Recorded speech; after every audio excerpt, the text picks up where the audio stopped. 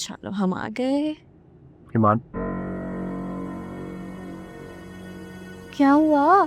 चलो ना तन्हा, हम शादी के बाद ऑफिस के पहले दिन ही लेट हो गए ना, तो तुम जानते हो ये लोग कितना मजाक उड़ाएंगे हमारा। मुझे तुमसे कुछ जरूरी बात करनी है। बोलो। मैंने रिजाइन कर दिया है।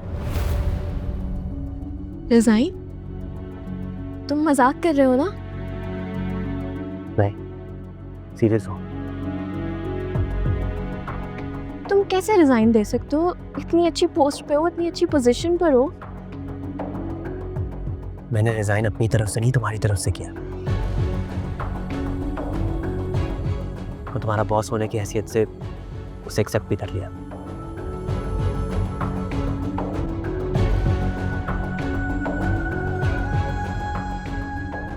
वैसे क्या देख रही हो? देखो ईमान, अब तुम मेरी बीवी हो। तुम्हारी सब नीड्स का ख्याल रखना मेरी रिस्पॉन्सिबिलिटी है। उसके लिए तुम्हें काम करने की जरूरत नहीं है। और तुम ये कॉर्पोरेट कल्चर को नहीं जानती। यहाँ पे लोग जैसे लगते हैं ना, वैसे होते नहीं है। कोई यहाँ औरतों की इज्जत नहीं करता। इसलिए मैं नहीं चाहता कि मेरी बीवी ऐसी जगह पे काम करे।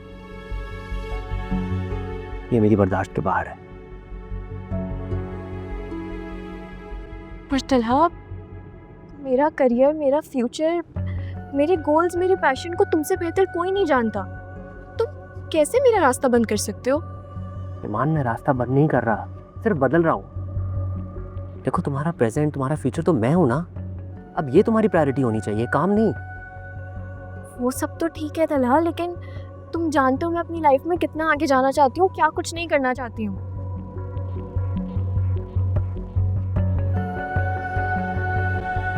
एक मिनट, कहीं तुम इसलिए तो हेसिटेट नहीं कर रहे कि तुम और मैं मियाँ बीवी होते ही एक ही ऑफिस में जॉब कर रहे हैं, और पहले मैं तुम्हारी सबऑर्डिनेट थी, अब बीवी हूँ, ये बात सब जानते हैं, तो मैं कहीं और जॉब कर लूँगी, मैं कहीं और अप्लाई कर देती हूँ। तुम कहीं और काम नहीं करोगी ईमान। समझने की कोशिश करो मेरी बात को। कोई ईमान, फ्रेंड्स, कॉलीग्स, एक्वेंटेंसेस, ये सब है मेरे पास। तो एक फैमिली की जरूरत है। और शादी के बाद तुम मेरी फैमिली हो। इंशाल्लाह बहुत जल्द हम अपनी फैमिली स्टार्ट करेंगे। ये सब तुम्हारी प्रायोरिटी होनी चाहिए, काम नहीं। उसके लिए मैं हूं ना। ओके? तुम्हारे पास ये गाड़ी है, मेरा क्रेडिट कार्ड है, तुम अपनी लाइफ एंजॉय करो, शॉपिंग करो, खाना वाना खाओ। I've got you. चलो, मैं लेट हो रहा हूँ, मैं चलता हूँ। शाम को मिलते हैं। बाय।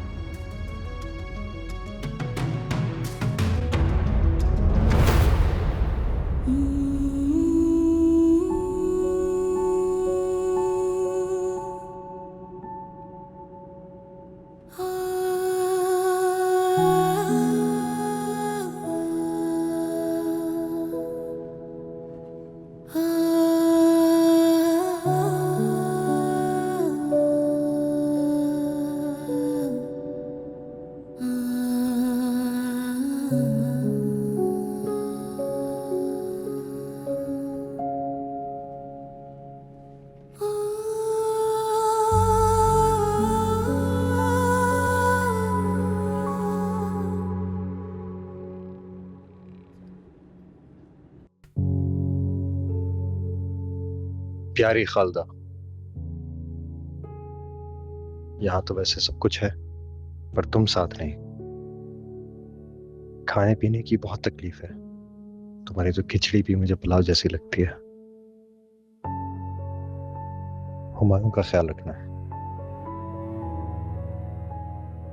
आगे पढ़ो, रुक क्यों गए?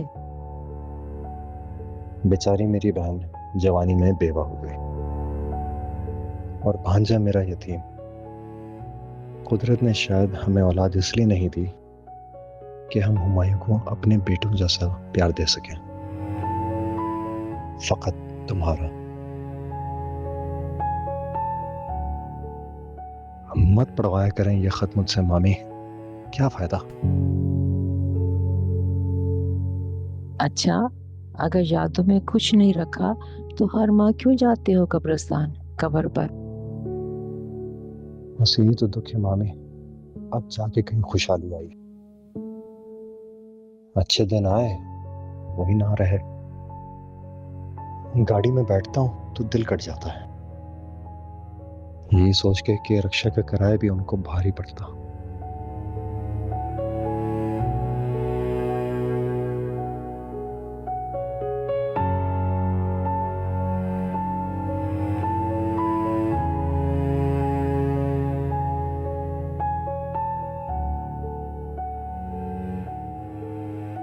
इन पुरानी यादों में एक पुराना तोहफा भी है, इसीलिए आज खिलवा के बैठी हूँ ये पुटारी। तुम पर जो गुलरुख का कर्जा है ना, वो उतारा जा सकता है। मेरे नाम एक प्लॉट लिया था तुम्हारे मामू ने, किसी आड़े वक्त के लिए इसे बेच दो।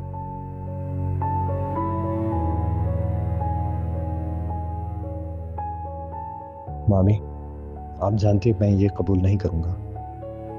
मुझे अपने जोर बाजू पे यकीन है।